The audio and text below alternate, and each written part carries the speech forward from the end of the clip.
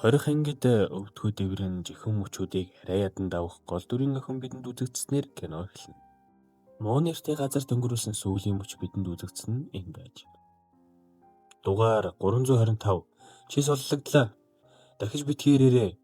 Сузуко Сато. Энэ охины адармаатай амьдралын нэг ихэнх хэсгийг танд өргөхөд бэлэн боллоо. Ердөө 1 саяын цуглуулад хэний ч үл мэдэх газар руу нүүж өргөдөг охины тухай энд өгүүлнэ. Та Сузуки охины оронд байсан бол зүгтх уу? Эсвэл нүүр тулах уу?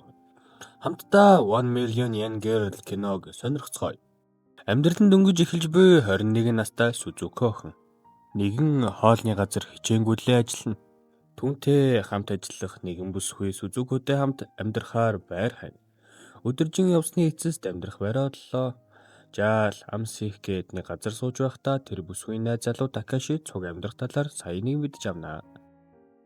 Төрсөн гэртээ бололтой Сузуки охин одлын машин дээр юм ойж байх түүний дүү бололтой хүү ирээд юу хийж байгаа юм? Сузуки харин хөшиг гэж хэллээ. Хүү зүгээр шинийг авалтаа Сузуки үнтэй шít. Хүү та жигнэс нүүж байгаа юм уу? Сузуки харин тийм яасан? Чи намайг санаад эхэлсэн үү? Хүү та чадах юм уу да? Бүтэн цагийн ажиллаж олоогүй байж. Ашгүй гэрийн даалгавраа сатааралгүй хийдэг болох нь дээ. Амжилт хүсье гэсээр явж бодно. Маргааш бол шинэ байрандаа өнөө Такашитэй хамт өөрсдийн өрөөг янзалж байлаа.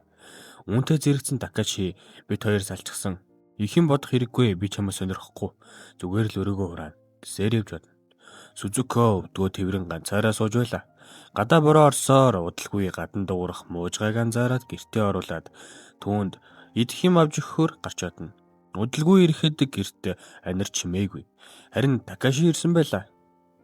Сузуки нэг л амьд би үлдээгээд яваад ирэхэд нэг л амьд би хүлээж байлаа. Өнөө муужгаа Такаши болоод хувирчгаагүй нь лавтай. Тэр гаргаад хайчгаж Сузуки гайхаад хайлаа. Яарч сандраад гадаа бороо орж машинууд наагч цаашаа холигдоход замын гол твтэж буй муурын зулцгийн цогцсыг харахад түүний бие зарцхийн гайхна. Ийм аратан таны гэрт амьдарч байгаа юм гэж юу? Маргааш болж гэртээ ирсэн Такаши өрөөнийхөө зүг ширтгэд түүний гисэн бүх юм байхгүй болж түүний өрөө оргүй хоосон болсон байлаа. Сузуки охин харин ажлаа яаравчлахгүйгээр маш сайн хийж байтал түүн дээр 2 цагтаа ирсэн хэмээн түүнийг дуудхан тэр. Маш илдгээр түүнийг цагдаагийн газар руу авч одлоо. Цагдаа түүнээс асуулаа. Зөвхөн уур гаргаж хайсны төлөө ингэж байгаа юм уу? Тийм ээ. Тэгвэл тэр хар зүхэн дотор байсан 1 сая нь юу болсон? Хаана вэ? Хар цүнх байх нь байсан л та. Гэхдээ би хар цүнх мэдэхгүй. Гиснээр Сузуки охин хар нялхтаа муу нэртийн хаалгыг 2 сар захисан энэ юм байж. Гэртээ ирлээ халуун дулаан ширээ бас засаатай. Өнөөхөө л харин дулаан биш. Игчигээ яах гэж ирсэн юм? Ирэхгүй бол чи дээр байх байсан юм гэх мэтэр Сузукиг зүснэ. Сузуки охин ч олдсон бүх ажлаа хийнэ. Тэрэнд байхад хэцүү байгаа талаар олонний хил амнаас залхаж бас хинч өөрийг нь танихгүй газар руу явмаар байгаагаа дүүдээ хэлнэ. Түүний дүүч тийм таатай орчинд байдаггүй бололтой.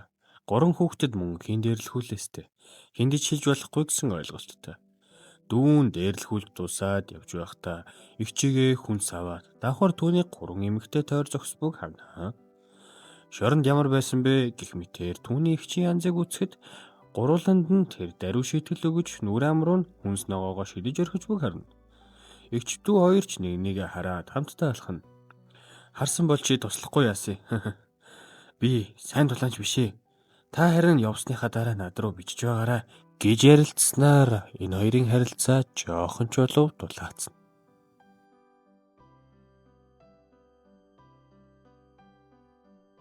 Игч нь хинч өөрийг нь танихгүй тэр нэг далайн эрэг дээр очиод жижигхэн хоолны газарт ажилд орно. Бас өөрийгөө мөхөөлдсийг тал дээр авьяастай гэдгийг мэдэж авна. Шаргууг игч нь ажиллаад хорвоогийн тоосыг илээн. Нэг өдөр чангаар орлох найзуудын чимээн түүртэнгээ төлбөр тооцоо битсэн шигээ байж байхад түүн дээр нэгэн залуу ирээд хоёр мөхөөлдсөн авъя мэ.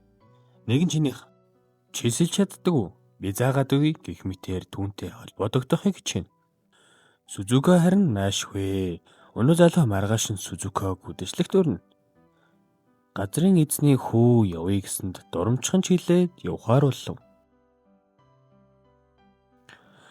Өнөө үдэшлэгт очисон ч удалгүй яваад өглөө. Нөгөө залуу Сузука нөгөө хүү хоёрыг хүргэж өгөөлөө. Явдал дундаа Сузука чи битээр найзууд биш. Чи битээр юу гэж soulmate гэх мэтчлэн юм ярина. Харин Сузука бол түий чанд байхгүй. Маргааш боллоо. Өнөө залуу нөгөө хоолны газар дээр ирээд Сузукаг асуугаад эзэн өчигдөр гарчихсан. Хэдийнэ 1 сая янэ цуглуулчихсан гэлээ. Хаашаа явсан юм бол доо?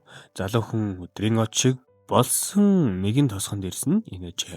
Ямар сайн да энэ охиноор тосгоноо уруулъя, залуучуудтай болъё гэж уулз зохион байгуулах вэ.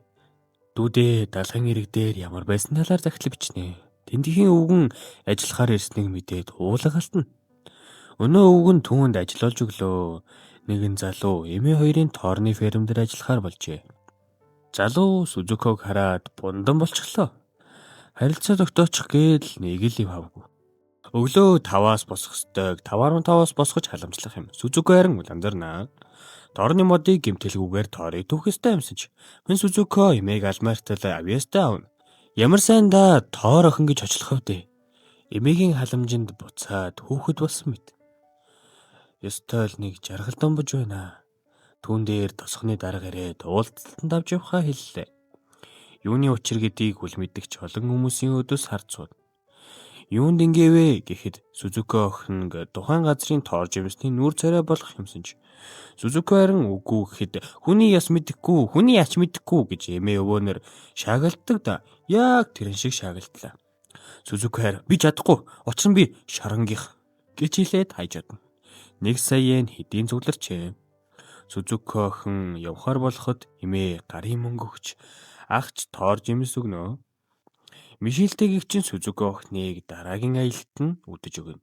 Түүний дараагийн зам нь хотоос зайдуу нэгэн том дэлгүүрийн цэцэрлэг ургамал хариуцсан хэсэгт цагийн ажил хийж эхэлнэ. Харин дүүг өнөө 3 дээрлэхсээр л түүний сургуулийн ажилд нь дээрлэхүүдэд байгаа юм уу гэхэд үгүй гэж хариулна. Түүний ажилд орсон газарт өөр таньж атсуу ажилдаа үнэхээр гарамгай Накажима түүнд ажлыг нь зааж өгөхөр болдог. Мэдхгүй бүхэндэн туслаад л ахлахтаа загнуулсан зүгээр дээ гэж аргадаад л сүрхий юм да. Хаан амьдардгаа мэдлцээд л гэр гэрийн зүг гидэн готно. Маргааш болж тэр хоёр дээр хамт ажилдаг нэгэн залуу ирэх бөгөөд тэр хоёрыг орой ажиллаа тараад ажлынхнаараа жаал суух уу гэж хэлнэ. Дуртай дургүй зөвшөөрч баахан ам нийлэхгүй хүмүүсийн дунд байгаа нь үзэгдэнэ. Накажима ийм нөхцөл байдалд удаан байлгахыг хүссэнгүй. Худал шалтак хилээд лавч бодлоо. Хин хиндээ авч гарсанд баярлаа гэж үл мэдэгдэхээр Сузукаг хайрлана. Энэ нь урд урдынхаас нэг зүйлээр өөрөө энэ Сузукад маш тааламжтай санагдана. Сузука бодно. Би дурлцэж байгаа юм бах та. Арай үгүй л үү дээ. Надад сайхан байна. Химэн бодсоор маргааш дэлгүүрт хүнсээ зөвлөж байхдаа тэр хоёр таархан тэр. Накажима Сузукад чи хоол хийх гэж байгаа юм уу? Би ч хоол хийх талаар боддог л тоо. Гэтэ чаддгүй юм гэж байна. Тэгээд тэр хоёр тэндээсээ нэг газар ороод цайвууд суухаар боллоо. Цайвууд суухдаа Сузука би шоронд орсон талаараа хэллээ. Накажима ч сэтгэл хөдлөлөө нууж чадсангүй. Сузукад юу санагдсан бололтой гараад явлаа. Накажима бүхний алдж байгаа итайл ардаас нь хумгүй арай гэж үүсэж очиод арай гэж тогтолоо. Намайг уучлаарай. Надад тэр бүгд надаа хүндээ ямар ч хамаагүй.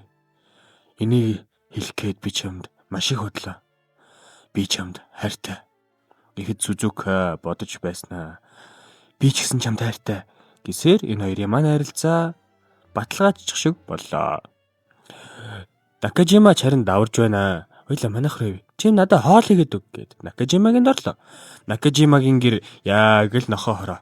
Сандарсан аятай тэгтээ сандраагүйлтэй. Сандрах байсан бол дуудахгүй л байсан штэ. Арай гэж гэр орноо цэвэрлээд тэр дундаа ногоо сонгон дутчихлаа гэж Сузука хэлэхэд надаа байгаа штэ гэд хөшгөд атчихлаа. Гайхлаа. Би цонхоор өсгөж байгаа юм бодол гэж бодсон. Тэгсэн чинь манер нарийн ногоонуудад тарьдаг байх нь штэ. Тэр нь Сузукад их хөөрхөн санагдсан бололтой. Хөөрхөн юм а. Чи яг манай эмээтэй адилхан юм а гэсээр инээлтэж байхдаа нэг нь лүгээ харлаа. Нэг нь лүгээ удаан гихчин ширтсэний дараа нэгнийгээ үнсэж орхилоо. Би ч юм тартай гэснийхаа дараа шууд үнсэж эхлэв шүү дээ. Дүрс шилжин тэр хоёр нэг орон дотор юм ярьж байгаагаар бидэнд харагданаа. Манай дүү нөгөө 3 өөрийг нь дээрлэхэд 3 багэтэй зодолдоод бүр зодчихсон байх шүү дээ. 3-1 Сузукагийн 1 сая цугларахад 36755 йен дутуу шинээр нэг охин ажил орж ирж байна.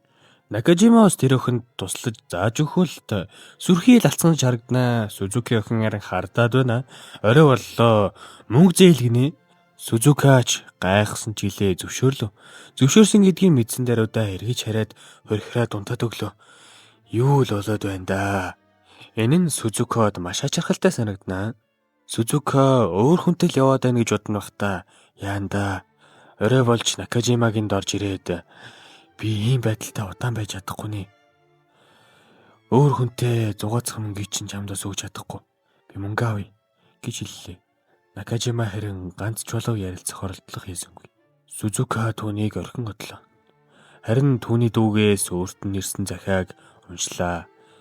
Дүүн сургуультай үлдэх болсон талаар өөрийг нь дээрлэхдэг байсан гаруудтай яаж тэмцэн талаар бичсэн байлаа.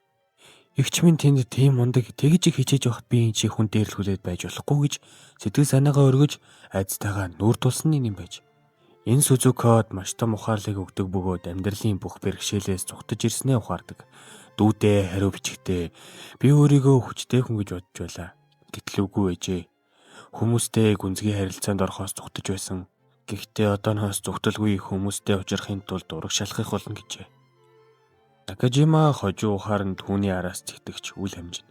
Сузуки харин шинэ адил явдал хайсаар амьдралын номны шинэ хуудсыг бичгээр замдаа гарна. Энэ хүрээд кино маань өндөрлөн.